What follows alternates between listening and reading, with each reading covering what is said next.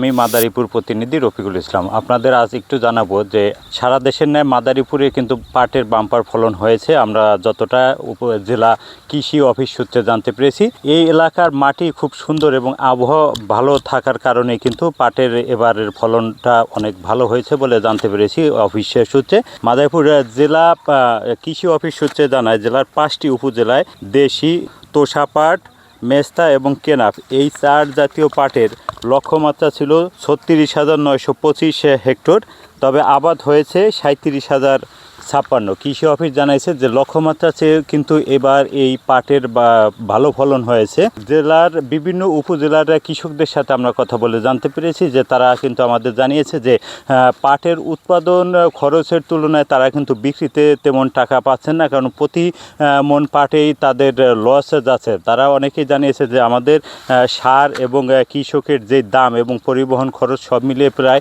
1 মন পাটে প্রায় 5 থেকে 5,500 টাকা খরচ যায়, কিন্তু আমরা ইদানিং পাট বিক্রি করতে গিয়ে কিন্তু 3800 থেকে 43-4400 টাকা পর্যন্ত আমরা বিক্রি করতে পারি, এমনটাই কিন্তু অনেকে কৃষকের সাথে আমরা কথা বলে জানতে পেরেছি।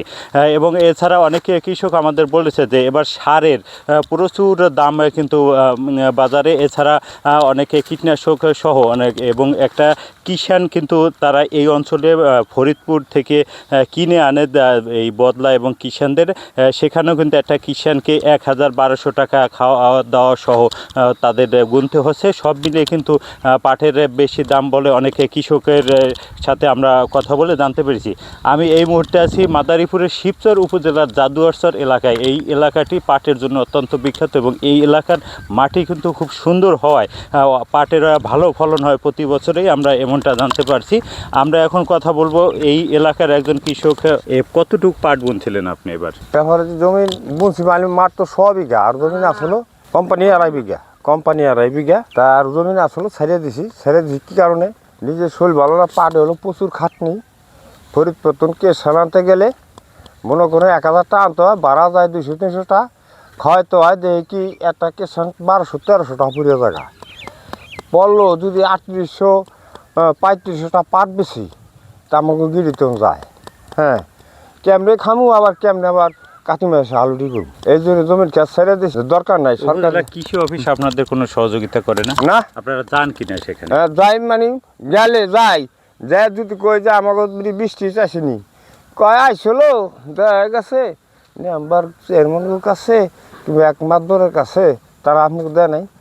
কয় না, আমি কি না দিলে বুঝছি আপনারা কোন হানে দিবেন, আপনারা জায়গা মতনই দেন। হ্যাঁ, তারাই খাক, আমাকে আর দরকার নেই। এনিকা গুসা করে আর যাই না, যে দরকার নেই আমাকে সাহায্য। এবার কয় মন পাট হয়েছে আপনার? এবারে যে মনে করেন অন্তরি কেবল 6 মন 6 মন পাট বেশি। একজন কৃষকের কথা তিনি খুব আক্ষেপ করেই বললেন যে তিনি পাটের ন্যায্য দাম পাচ্ছেন না। এছাড়া উপজেলা কৃষি অফিস থেকেও কিন্তু তেমন সহযোগিতা না পাওয়ার কথাই কিন্তু তিনি বললেন।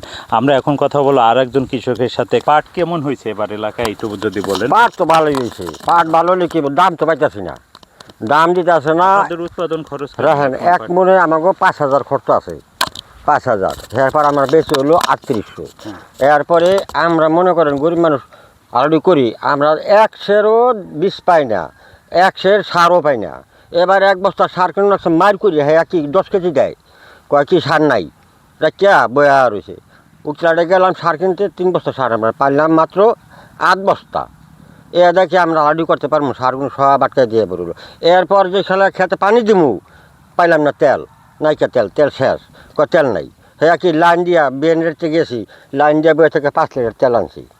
5 লিটার তেলটা আমি কি খেত ভিজাম? কৃষক এতক্ষণ শুনলেন এলাকার 2জন কৃষকের কথা। আমরা অফিস সূত্রে আরও জানতে পেরেছি যে ইতিমধ্যে প্রায় 87% পাট কর্তন করা হয়েছে এবং অন্যান্য যে আর 13% আছে এগুলো কাটা চলমান রয়েছে বলে অফিস সূত্রে আমরা জানতে পেরেছি। কৃষি অফিসের উপপরিচালক ডক্টর রহিমা খাতুনের সাথে কথা বলে জানতে পেরেছি যে তিনি কিন্তু বলেছেন যে এবার পাটে খুব ভালো ফলন হয়েছে এবং পাশাপাশি কৃষকরা ভালো মূল্যই পাচ্ছে, কারণ 4,042-4400 টাকা। দর্শক, মাদারীপুরের পাটের বিষয়ে এই ছিল আমার কাছে সর্বশেষ সংবাদ। পরবর্তী সংবাদ জানতে দৈনিক খবরের কাগজের পেজে লাইক এবং সাবস্ক্রিপশন দিয়ে সঙ্গেই থাকুন। ধন্যবাদ সকলকে।